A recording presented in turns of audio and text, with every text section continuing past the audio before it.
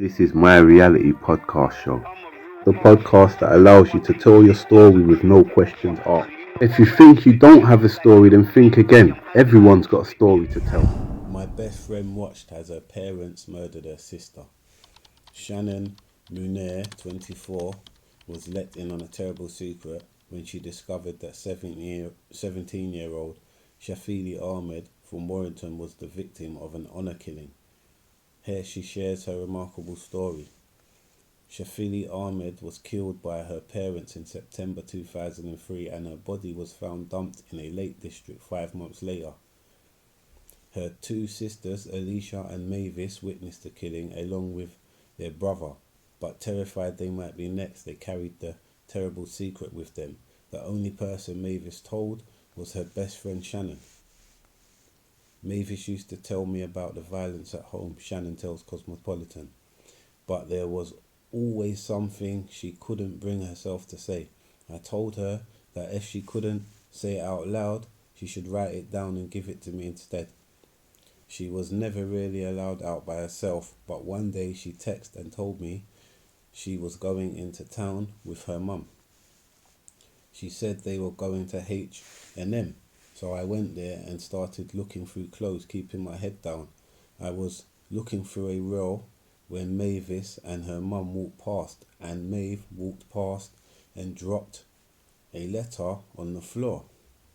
I picked it up quickly and walked out of the shop as fast as I could. Shannon couldn't believe it when she got home and read Maeve's letter describing Shafili's murder. I'd do anything to change that night, Maeve had written. I wish I never seen, but I did. And Alicia did, but just sat there and watched. I even seen the suitcase they took her in. They knocked me over and smacked me 'cause I seen. That's deep, man. Do you see what I'm saying? Like the levels that some people will take things to for what they believe in is it's different still. Do you know what I mean? It really is. Like this is a sad story, you know, because I obviously read it before earlier and to pick it, and it's a sad story. I'm gonna carry on.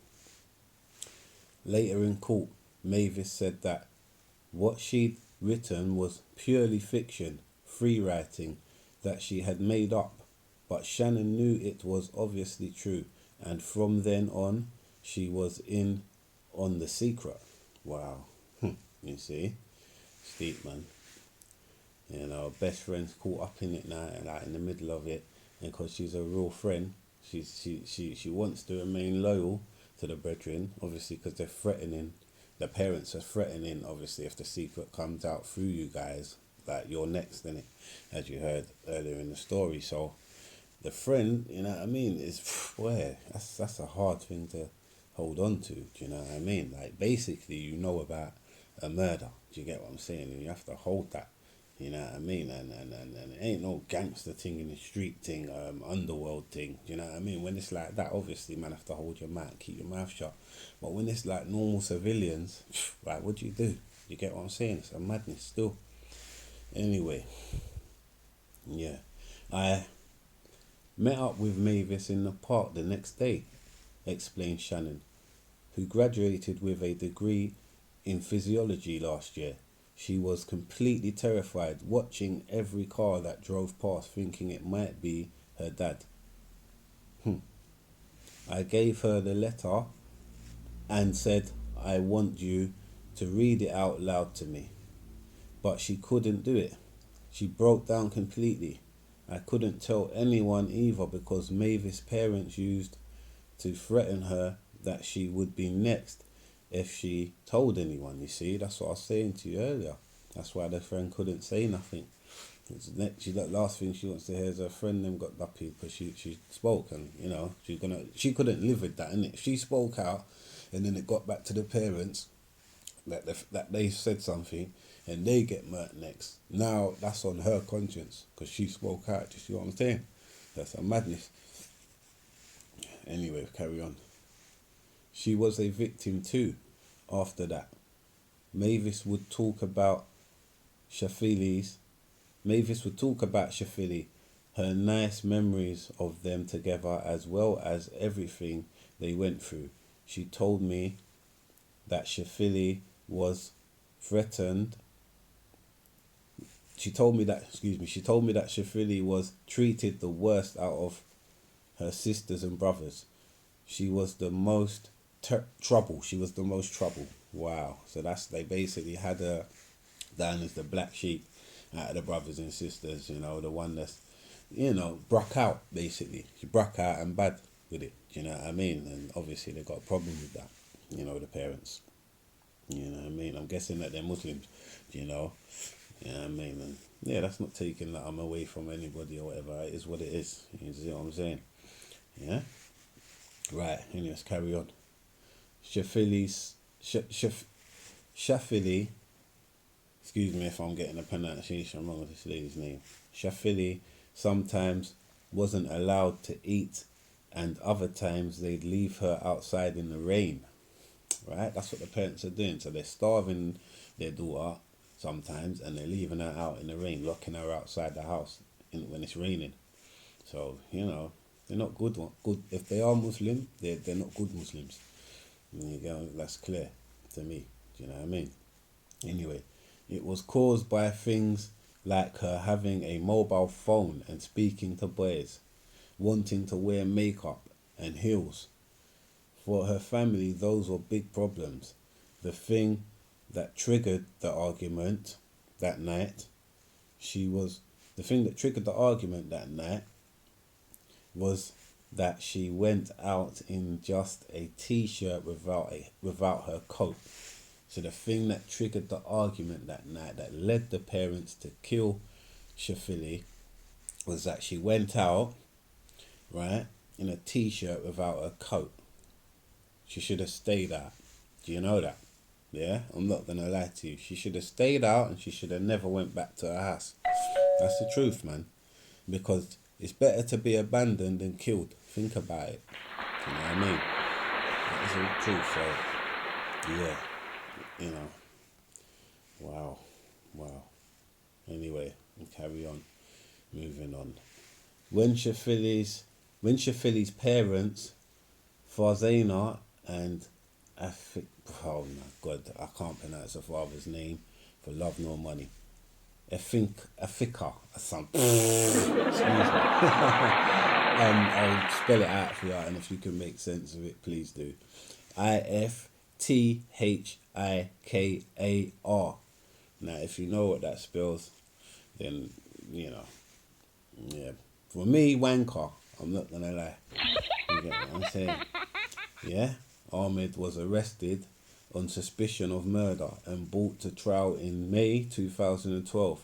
Shannon knew she had to do something.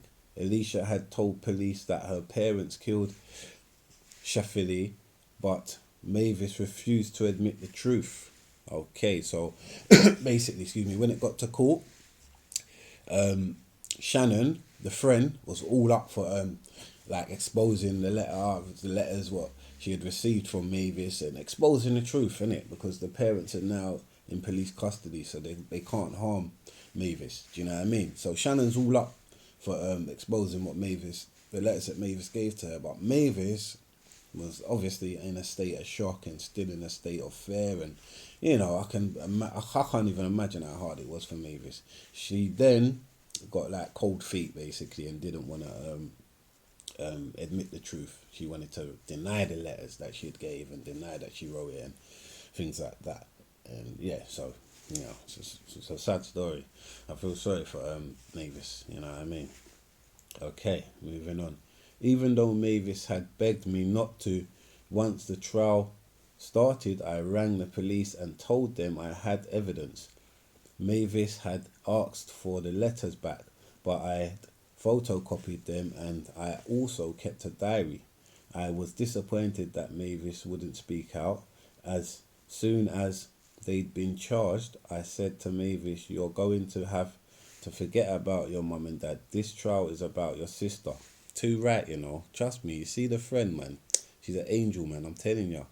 Real talk, boy. But that's serious stuff what she's saying to her friend. Do you know what I mean? She's got bare love in her heart, boy. her friend still. Anyway, moving on. You have to stand up for her because nobody else is going to. Too right, man. The trial took place in Chester Crown Court from behind the screen. Shafilia's sister, Alicia, told the jury what had happened. My mum said to my dad, just finish it here. She went on to explain how they'd pushed Shafilia into the sofa and her mum reached for a plastic bag which they then stuffed in her mouth. Alicia said they held it in her Alicia said they held it in there. Like, so basically they shoved a plastic bag in her mouth and they held it in there and it held the plastic bag in her mouth. While her sister's eyes were bulged and she wet herself because she was struggling so much. Shafilia died moments later. Oh, that's so sad, man. That's fucking deep, you know. Serious. Do you know what I mean? Like, suffocated her, the plastic bag, you know. All the ways to go out, man. That's a nasty. I wouldn't even wish that on my worst enemy. I'm not gonna lie. That's cold, man. You get me? Seriously. You know. And I apologise if this story is like upsetting for anybody or anything like that. Do you know what I mean? But this is called My Reality Stories. You know what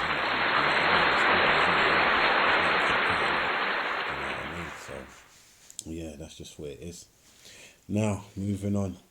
But Mavis refused to confirm Alicia's story, and Shannon's evidence became crucial. Thinking back to the trial, Shannon says, it was very daunting. I kept the secret to protect Maeve's life. Once you're a witness, nobody is allowed to speak to you, so you feel very alone. But I knew I wasn't doing it for myself. I was doing it for Shafilia. Finally, Shafilia's parents were found guilty of murder. Yes, man.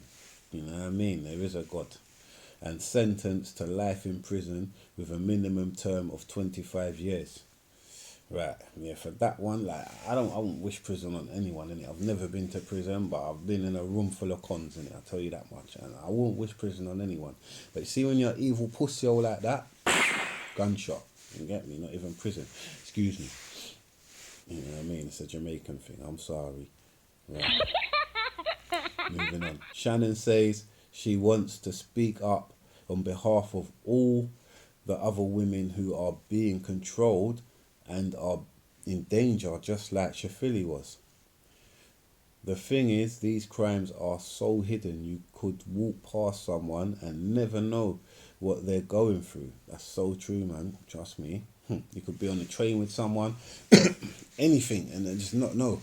You know what I mean? They could be sitting right next to you at the bus stop, train, anything, where you just don't know. Like, it's mad what the fuck this person's going through, you know?